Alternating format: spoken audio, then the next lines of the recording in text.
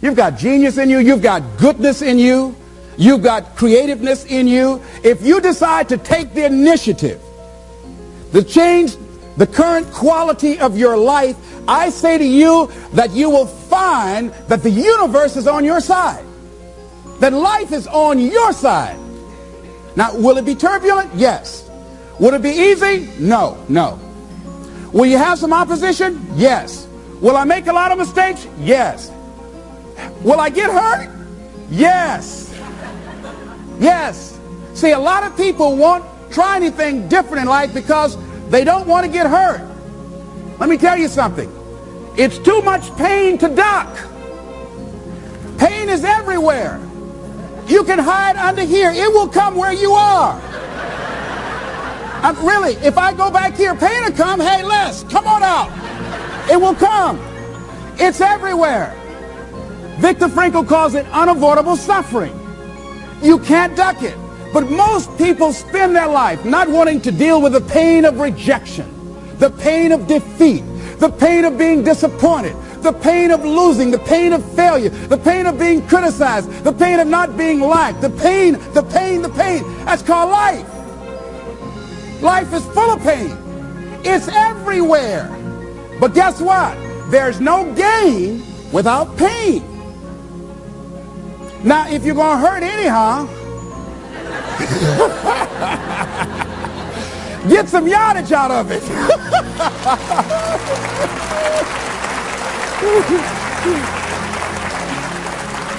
Because it's the pain of regret that you experience. If I had it to do over again, that's a pain. Don't you know that's something? When you know, I was in a seminar once and this lady stood up. If I had my life to live over again, she talked about all of the things that she would do. And you can feel the pain of regret in her voice. The pain of regret.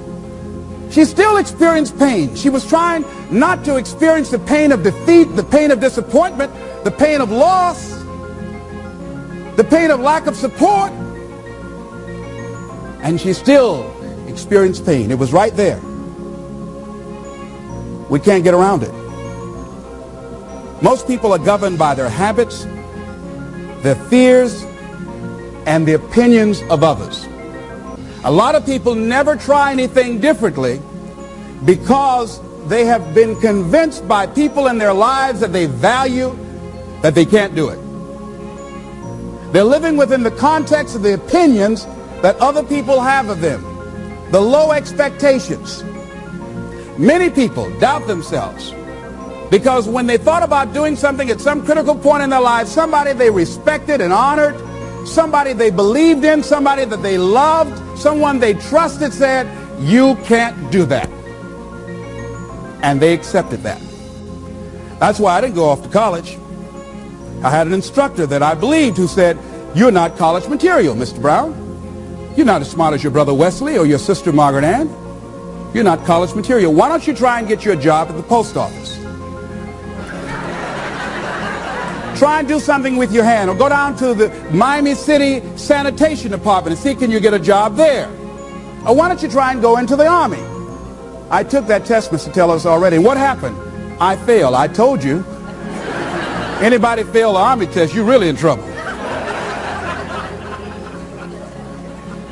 So I went down to the sanitation department to try and get a job because that's what I believed was possible for me. As you look at your life, ask yourself the question, what would your life be like? What would your life look like if you decided not to care what people thought of you?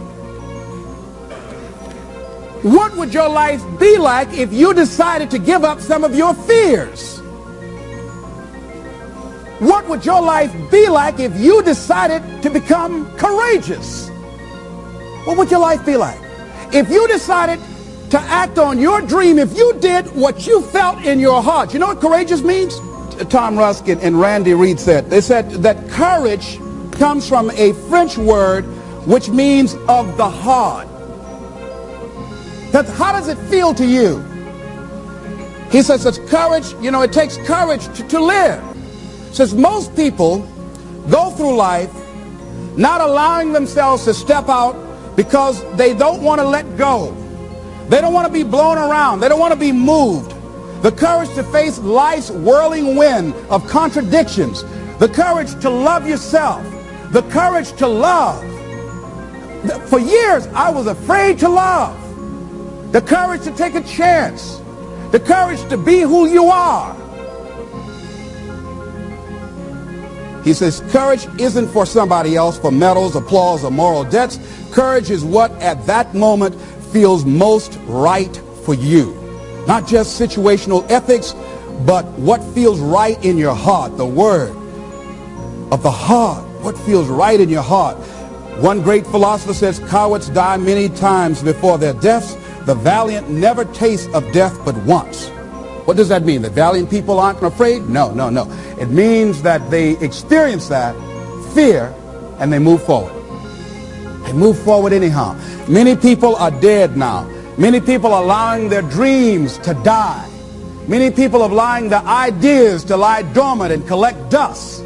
Many people have all this talent and ability that they are allowing to be buried inside of them, that they will take with them to their graves because they didn't have the courage to be who they are. And I say, as you begin to look toward the future and manifesting your greatness, it's going to take everything in you, that your life deserves the concentrated effort to begin to look at how is it that I can express more of me. How is it that I can bring my ideas out here now? How is it? And start living with a sense of urgency, because you're here today. You're gone today. Life is unpredictable. It's uncertain. There are no guarantees. No guarantees out here at all.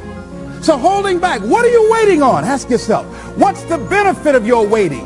What's the benefit of your not living your dream? What's the benefit of not listening to yourself? Oh, please. Listen to yourself. You know the feelings. If you start listening to the feelings in your heart, and I'm doing it now more every day, I find that my feelings, I can trust them. And I say to you that as you look toward the future, you look at life on a daily basis,